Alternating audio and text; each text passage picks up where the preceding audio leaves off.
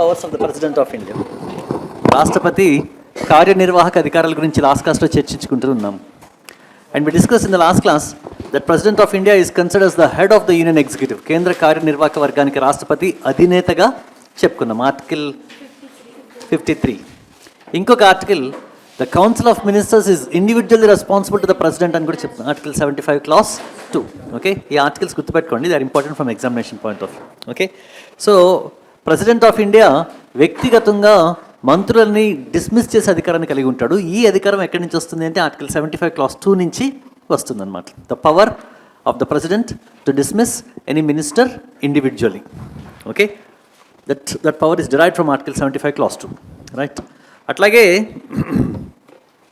President of India makes appointments కదా. He appoints prime minister and he appoints other ministers of the council of ministers on the advice of the prime minister.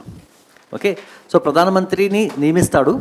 అంటే ప్రధానమంత్రి నియామకం అనేది విచక్షణ అధికారమో కాదో తర్వాత చూద్దాం. We look at that when look at prime minister. Okay, కానీ ఇతర మంత్రుల నియామకం కానీ ఇతర ప్రభుత్వ అధికారుల నియామకం కానీ ఇవన్నీ కూడా only on the advice of the prime minister. Okay, కాబట్టి appointments are not a part of discretionary power of the president of India. Okay, so నియామకాలు ఏమైతే ఉన్నాయో అవన్నీ కూడా రాష్ట్రపతి విచక్షణ అధికారంలో భాగం కాదు. కేంద్ర మంత్రిమండలి సలహా మేరకు మాత్రమే నియామకాలు చేపట్టవలసి ఉంటుందన్నమాట. ఓకే, జడ్జిల నియామకానికి కొత్త వ్యవస్థ పుట్టిందని దాన్ని కొలీజియం వ్యవస్థ అని చెప్పి అంటారు. అది రాసుకున్నారు కదా మీరు.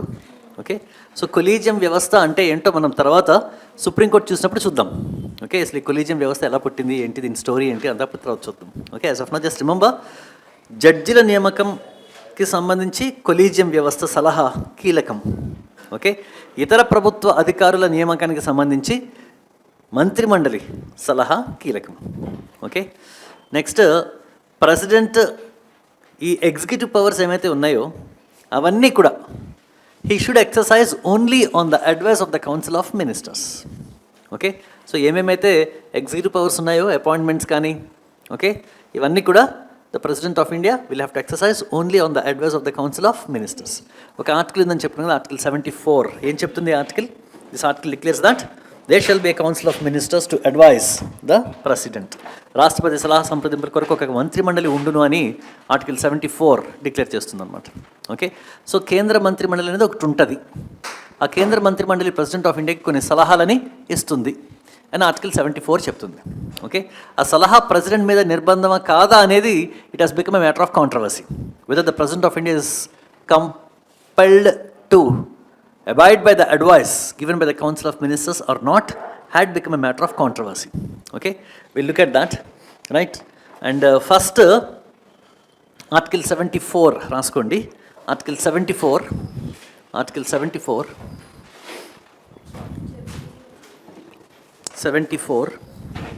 చెప్పేనా declares that there shall be a council of ministers for the aid and advice of the president.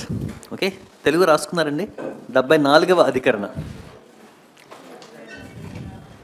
74వ అధికరణ రాష్ట్రపతి సలహా సంప్రదింపుల కొరకు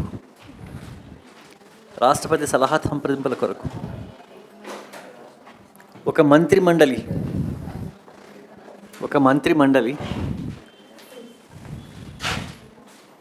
ఉండునని ప్రకటిస్తున్నది. రాష్ట్రపతి సలహా సంప్రదింపుల కొరకు ఒక మంత్రిమండలి ఉండునని ప్రకటిస్తున్నది. There shall be a council of ministers for the aid and advice of the president. Article 74. Okay, రాసుకున్నారు కదా ఇది. Right. Okay, so as a convention, ఒక సాంప్రదాయం ప్రకారం పార్లమెంటరీ వ్యవస్థలో ఉన్నటువంటి ఒక సాంప్రదాయం ప్రకారం ఏంటంటే మంత్రిమండలి ఒక వాస్తవ కార్యనిర్వాహక అధికారి. The council of ministers is the real executive. Okay, the council of ministers is the real executive. Okay, president nominal executive.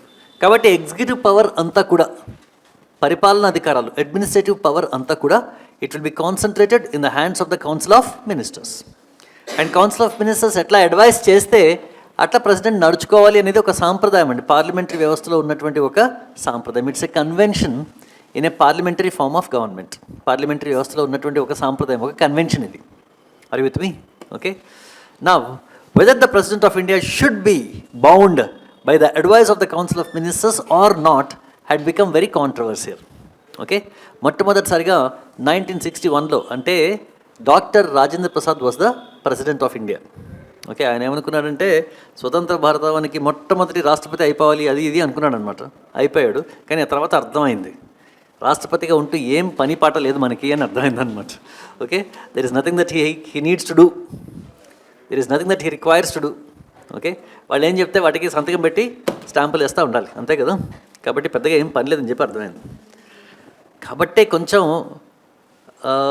మంత్రిమండలి కూడా ప్రైమ్ మినిస్టర్ నెహ్రూ కొంచెం ఈయన నిర్లక్ష్యం చేస్తూ ఉండేవాడు అనమాట. ఓకే, కాబట్టి ఈయన కొంచెం ఈగో కూడా హర్ట్ అయింది. ఈగో హర్ట్ అవుతుంది కదా ఆ పొజిషన్స్లో ఉన్న వాళ్ళకి తొందరగా. It the higher you reach the more ego you have to carry with you, isn't it? So వీళ్ళు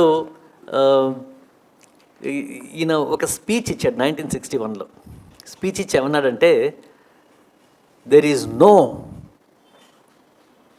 constitutional rule that binds the President of India to the advice given by the Council of Ministers. కేంద్ర మంత్రి మండలి సలహాకి కట్టుబడి రాష్ట్రపతి ఉండాలి అని రాజ్యాంగ నిబంధన ఏది లేదు. ఇది కేవలం ఒక కన్వెన్షన్ మాత్రమే. ఇట్ ఈస్ జస్ట్ ఏ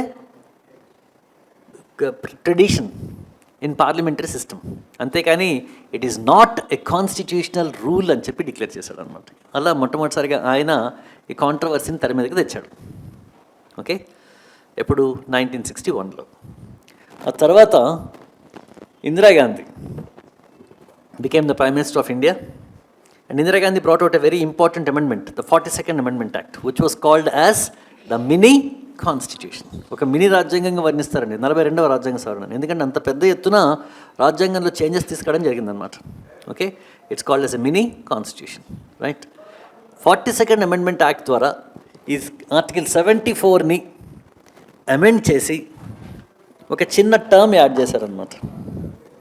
ఏంటంటే, there shall be a council of ministers to aid and advise the president, who shall act on the advice.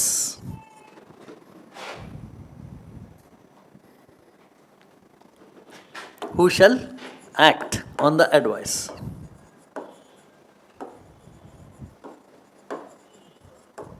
Okay, so there shall be a council of ministers to aid and advise the president అని article 74 చెప్తుంది. దానికి ఒక phrase add చేశారు, who shall act on the advice. అంటే ఇచ్చిన సలహాకి అనుగుణంగా రాష్ట్రపతి ప్రవర్తించాలి, ఇచ్చిన సలహాకి వ్యతిరేకంగా ప్రవర్తించకూడదు. అట్లాగే దాని నుంచి ఇంకొక ప్రపోజిషన్ ఏంటంటే, సలహా లేకుండా అసలు పనే చేయకూడదు. Without an advice he cannot act. Who shall act on advice. So when there is no advice there cannot be any action. Okay, so ఈ 42వ రాజ్యాంగ సవరణ ఏదైతే ఉందో దీన్ని ఈ సవరణ ద్వారా ఆర్టికల్ 74 చేంజ్ చేసి they made the president of India bound by the advice of the council of ministers. అట్లాగే it was declared that if there was no advice the president cannot engage in any action. So president will have to act on the advice and only when there is an advice available. Okay, ఈ విధంగా the 42nd amendment act made the president of India A rubber stamp. Okay, వాళ్ళు ఏం చెప్తే అది ఈయన చేయాలి. వాళ్ళు advice లేకపోతే మరి అది ఇంట్లో కూర్చోవాలి, ఈగలు తోలుకుంటారు, అంతే కదా, ఇంక వేరే పని పాట ఏముండదు. That was the position of the president of India. Okay, అయితే 44th amendment act, Janata government అధికారంలోకి వచ్చిందండి 1977లో. ఓకే, వాళ్ళు they brought out the 44th constitution amendment act in 1978.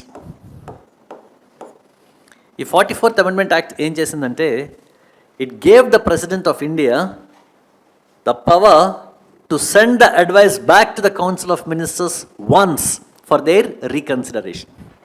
కేంద్ర మంత్రిమండలి ఇచ్చిన సలహాని పునః పరిశీలన కోసం ఒకసారి వెనక్కి పంపే అధికారం ప్రెసిడెంట్ ఆఫ్ ఇండియాకి ఈ 44th అమెండ్మెంట్ యాక్ట్ ఇచ్చింది.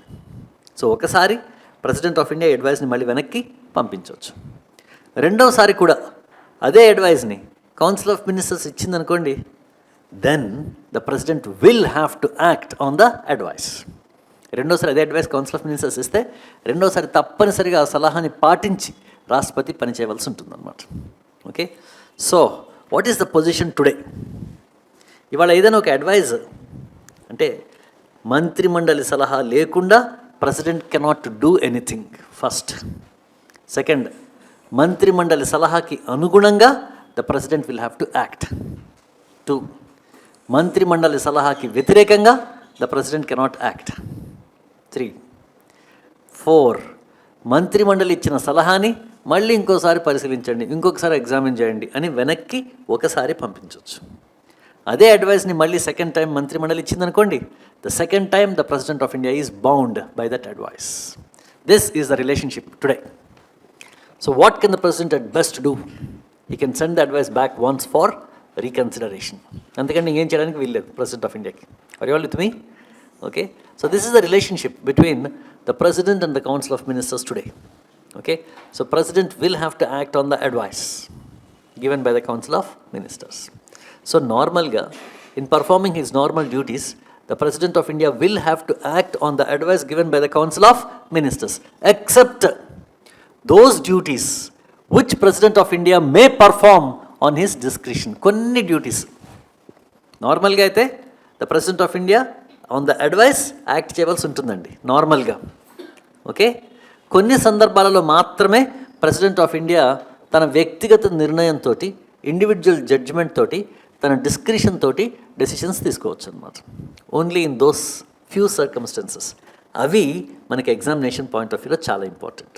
Which among the following is a discretionary power, is not a discretionary power? In which of the following circumstances the President of India can exercise his individual judgment and take a decision? Okay, in which of the following circumstances the President is bound by the advice given by the Council of Ministers? ఇట్లా అడుగుతుంటారు ఎగ్జామినేషన్లో. Okay, కొన్ని సందర్భాల్లో మాత్రమే the president of India will have to act on his discretion. మిగిలిన అన్ని సందర్భాలలో whatever the president of India does, తుమ్మినా దగ్గినా, ఓకే, కూర్చున్నా నుంచున్నా, ఏం చేసినా కూడా the president of India requires the advice of the council of ministers. Are you all with me? So this is the scenario as it is present today between the President and the Council of Ministers or the Prime Minister. Okay, please take down.